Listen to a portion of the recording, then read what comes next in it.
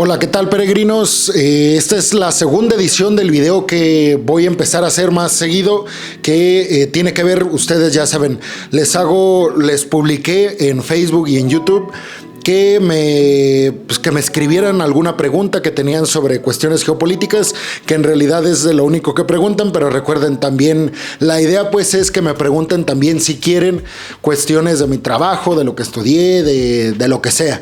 Entonces, bueno, pues seleccioné a 10 personas que me hicieron, pues considero preguntas muy interesantes que a todos les puede ser pues útiles para entender el contexto geopolítico alrededor del mundo. Entonces, bueno, aquí yo voy a estar leyendo sus preguntas, las voy a estar pasando aquí en la pantalla. Y bueno, empezamos con Fonseca Amador Sarmiento. Dice: hola, peregrino, mi pregunta es: ¿cuándo crees que será la contraofensiva ucraniana? ¿Y crees que tendría éxito? Saludos, te deseo lo mejor. Muchas gracias, Fonseca Amador, un abrazo. Bueno, primero, pues, ¿cuándo empezará la contraofensiva? Yo casi estoy seguro que empezará a principios de mayo, o sea, prácticamente ya.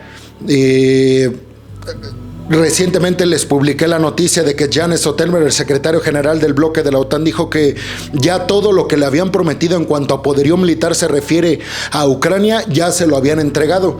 Entonces fue como un mensaje de decir, bueno, Ucrania ya tiene todo lo que necesita para llevar a cabo su contraofensiva. Ahora, si creo que tendrá éxito o no, pues ahora sí que, como este libro del arte de la guerra, pues, o sea, el éxito de ciertas estrategias en conflictos bélicos a veces no tiene que ver tanto con las estrategias per se, sino que tiene que ver también con el contexto en el cual se desarrollan ciertas estrategias de conflicto. Entonces, yo veo que el principal objetivo de Ucrania es recuperar la península de Crimea, y a partir de ahí, yo es lo que pienso, o sea, me puedo equivocar, pero yo lo que creo es esto: van a intentar con todo recuperar la península de Crimea, ahí se va a centrar la contraofensiva, y si es que es efectiva y logran hacerse del control de la península, sacan a los rusos, entonces a partir de ahí buscarán negociaciones y tendrán algo pues con lo cual negociar Ucrania, porque hoy no tiene prácticamente nada para negociar y digamos salir bien librado. Entonces tal vez lo que va, yo me imagino esto a futuro, a ni siquiera a meses, o sea, me lo imagino este escenario a años. Ucrania recuperando la península de Crimea, sentándose después a negociar con Rusia, cediéndole la península de Crimea a Rusia a cambio de que Rusia ceda los 4 territorios anexionados por parte del Kremlin el año pasado, que es Lugansk, Donetsk, Gerson y Zaporilla, y a cambio, les digo, Ucrania regresaría a la península. Yo así lo veo. Ahora, pues me puedo equivocar, pero si creo que va a ser exitosa o no, pues no sé. Yo pienso que es mucho el poderío militar que ha dado los tanques, todos los aviones exsoviéticos, es mucho el poderío militar que ha dado Occidente a Ucrania, y me parece que sí podría darse algún porcentaje más positivo a que sí sea exitosa la contraofensiva. Bueno, muchas gracias, Fonseca. No nos pusiste de dónde nos escribes, pero bueno, un abrazo. La segunda pregunta dice, es de Rufino Ndumo, y él dice: hola, Alejandro, te escribo desde Guinea Ecuatorial, África. Un abrazote, Rufino. Muchísimas gracias por vernos desde África. A veces me pregunto cómo es que llegué a personas como tú, que pues viven lejos de donde yo vivo, que es México. Entonces, este tipo de cosas, las redes sociales, pues nos acercan, peregrinos, y pues repito, muchas gracias a todas y a todos los que me apoyan, porque sin ustedes yo no podría hacer esto, que créanme que es lo que más me apasiona en el mundo, que siempre se los digo al final de todos los videos, pero créanme que no se los digo por decírselo nada más. Es algo que de verdad siento y creo. Entonces, bueno, dice Rufino desde Guinea Ecuatorial en África: mi pregunta es: ¿por qué no hablas sobre la geopolítica africana? Pregunta Rufino. Y esto aprovecho para contestar algo parecido a muchas preguntas que he visto por ahí, Rufino, porque me preguntan, oye, ¿por qué no hablas tanto de Chile, de Perú, de América Latina en general? ¿Por qué no hablas más de Medio Oriente? ¿Por qué no hablas más de Asia Central? O sea, ¿por qué solamente Estados Unidos, China, Rusia, Europa, Reino Unido, Australia? ¿Por qué Japón, Corea del Sur? ¿Por qué solamente estos países como conocidos, digámoslo así? Pues la realidad es que yo no tengo una línea, peregrinos. O sea, yo no digo, yo no quiero hablar de África, tampoco digo yo no quiero hablar de América Latina. Simplemente yo busco las noticias y busco noticias que tengan que ver con el interés internacional. Entonces, es cierto que, por ejemplo, en México, les voy a poner mi ejemplo de mi país. Entonces, yo si veo una noticia, yo estoy muy enterado de la política interna de aquí de México, con nuestro presidente Andrés Manuel López Obrador, la oposición, de cara a las elecciones el próximo año, los roces que tenemos con Estados Unidos, políticamente hablando. Todo el tema del crimen organizado, o sea, estoy muy bien enterado y muchos de México me dicen, ¿por qué no hablas de México? ¿Por qué no hablas de Andrés Manuel López Obrador, de la oposición? ¿Por qué no hablas de los temas internos del país? Pues créanme que no es por no querer hablar del interior de mi país, simplemente que no me dé el tiempo. Entonces sí toco el tema de México, de Medio Oriente, de América Latina, por ejemplo Argentina. Recientemente hablé del yuan, que va a comercializar en yuanes ya con China. Hablo de Brasil con Lula, por supuesto. Hablamos de Perú, hablamos también de Chile, de Ecuador inclusive, o sea, de todos los países, pero siempre y cuando eso tenga que ver con política internacional. Hablamos de Guatemala, ahora que visitó Guatemala Tsai Ing-wen, de El Salvador con Bukele. Hablamos también de Honduras, ahora que rompió relaciones con Taiwán. O sea, sí hablo de todos los países. He hablado mucho de Sudáfrica, he hablado también mucho de Sudán recientemente, porque es algo que repercute a niveles internacionales. Entonces, no es que no quiera hablar de uno u otro país, simplemente persigo las noticias que tienen que ver con cuestiones internacionales más que internas. Entonces, sí hablo de México, pero siempre y cuando esa noticia tenga que ver con China, con Europa, con Estados Unidos, con relaciones internacionales. Eso es a lo que quiero llegar. Entonces, pues créeme, Rufino, que si una noticia muy importante a niveles internacionales proviene de África, como los BRICS, que se van a llevar a cabo, la cumbre de los BRICS este año va a ser en Sudáfrica, vamos a estar hablando mucho de Sudáfrica. Pero pues tiene que ver con cuestiones internacionales. Entonces, bueno, un abrazo, Rufino, y espero que pues pueda continuar hablando de política interior de muchas regiones del mundo. Un abrazo para ti y qué gusto que nos veas desde allá. Dice Karen Lozano, esta es la tercera pregunta. Dice, hola peregrino Alejandro, soy de Bogotá. Que Karen Lozano me sigue en Instagram, veo que le da muchos likes. Los invito a que me sigan en Instagram, igual peregrino Alejandro. Y bueno, dice Karen Lozano, y bueno, abrazo para ti, Karen. Dice, te había preguntado que ahora sí yo creo que se va a formar la grande. No sé qué piensas, refiriéndose pues a que se puede desatar un conflicto ya a escala mundial, peligrosamente, nuclearmente hablando. Entiendo que a eso se refiere Karen. Pues lo que puedo decir, Karen, es que yo no creo que haya una guerra nuclear. Simplemente se acabaría el mundo. No sé si ustedes han visto esta estadística que es de las Naciones Unidas, y no sé si conozcan el tema del reloj del fin del mundo, que es un reloj que inventaron los mismos personajes científicos encabezados por Albert Einstein, que desarrollaron la bomba atómica, la primera bomba atómica, que fue la que detonó a Estados Unidos en Japón. Pues este grupo de científicos desarrolló este reloj del fin del mundo. Y si ese reloj llega a la hora cero, es que estamos prácticamente a nada de la autodestrucción. Y ahorita estamos, me parece que a 9 segundos de la hora cero. O sea, no, 90 segundos de la hora cero.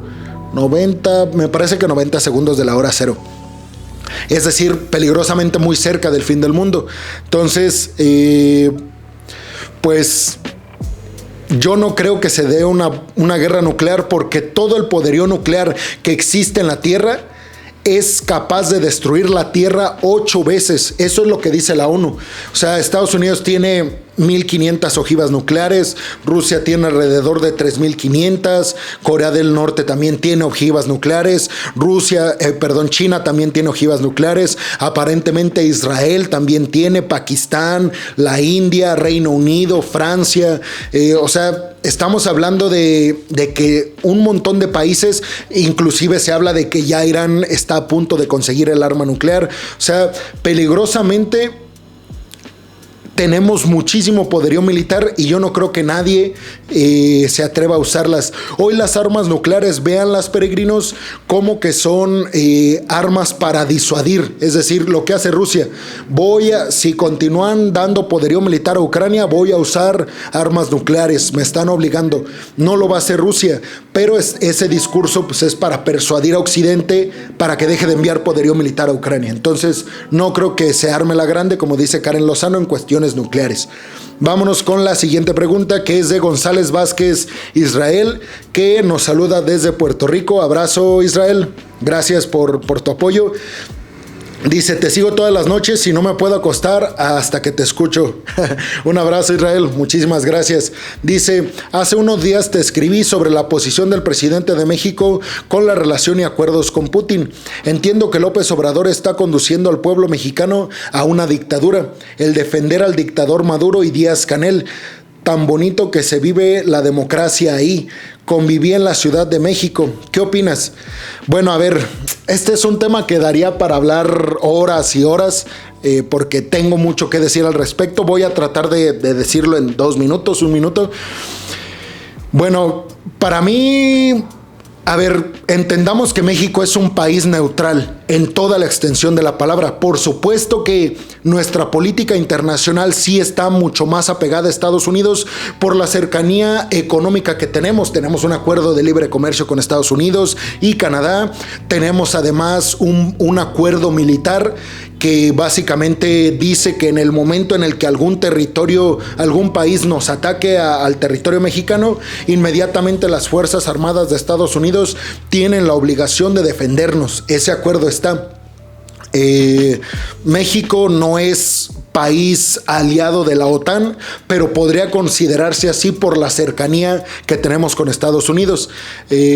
Ahora, la cercanía con Rusia, pues no es que estemos cercanos a Rusia, es simplemente que no tenemos problemas con ellos, como tampoco con Ucrania, tampoco con China, con Estados Unidos tampoco. O sea, somos un país neutral en toda la extensión de la palabra, como Brasil, como la India. A ver, se puede interpretar algunas declaraciones de estos mandatarios como que se inclinan más al lado ruso, y eso tiene que ver porque como los líderes de estos países neutrales, pues tienen siempre que tener un discurso a la paz y no apoyar militarmente a otro territorio. Ahora, yo estoy seguro que si no estuviera Andrés Manuel López Obrador, seguramente México sí daría poderío militar a Ucrania. Estoy casi seguro. Ahora, México no tiene para dar poderío militar. ¿Qué es lo que se hace? Pues lo compraría Estados Unidos para que Estados Unidos lo mande a Ucrania. Así es básicamente como está funcionando el apoyo de unos países que no tienen poderío militar para donar, pero se lo compran a otro y ese otro lo envía a Ucrania a nombre del comprador. Entonces, yo no creo que México sea cercano a Rusia. Simplemente no tiene problemas en cuanto a sanciones y de todo tipo con Rusia.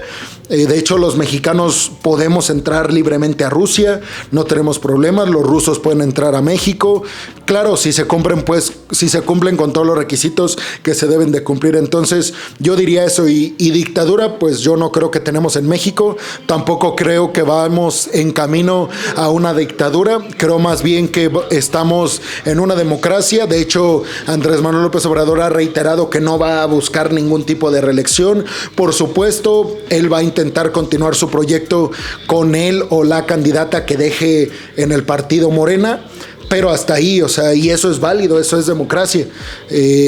Ahora le toca a la oposición ser una oposición seria, tener propuestas serias para que la ciudadanía los vote si quieren quitarle votos a Morena, que yo en estas elecciones pues prácticamente veo imposible que Morena pierda. Si acaso para el siguiente sexenio tal vez la oposición tenga oportunidad, pero hoy la verdad es que la oposición en México está muy debilitada. Y el que va a ganar Morena no es culpa de Morena, es culpa de la oposición, que no tiene candidatos serios y que la gente les creemos pues poco y nada, porque duraron muchos años en el poder y el país pues iba progresando en todos los sentidos, pero más por inercia que por buena política de nuestros políticos. Bueno, entonces vámonos con la siguiente. Bueno, muchas gracias Israel, abrazo hasta Puerto Rico. Roberto... bueno, y la cercanía, espérenme, porque les quería comentar, la cercanía de AMLO con Díaz-Canel y Maduro. Eso a mí sí me parece, pues, o sea, me parece innecesario. No entiendo por qué Obrador es tan cercano a Díaz-Canel, tampoco por qué defiende a Maduro. No entiendo. Tampoco a Pedro Castillo en Perú. No lo entiendo. Yo creo que como es muy hábil, porque es muy hábil Andrés Manuel López Obrador políticamente hablando, yo creo que lo hace para despertar recelos con Estados Unidos y tener una mejor posición para negociar. Y hasta ahí. Entonces, bueno, gracias Israel.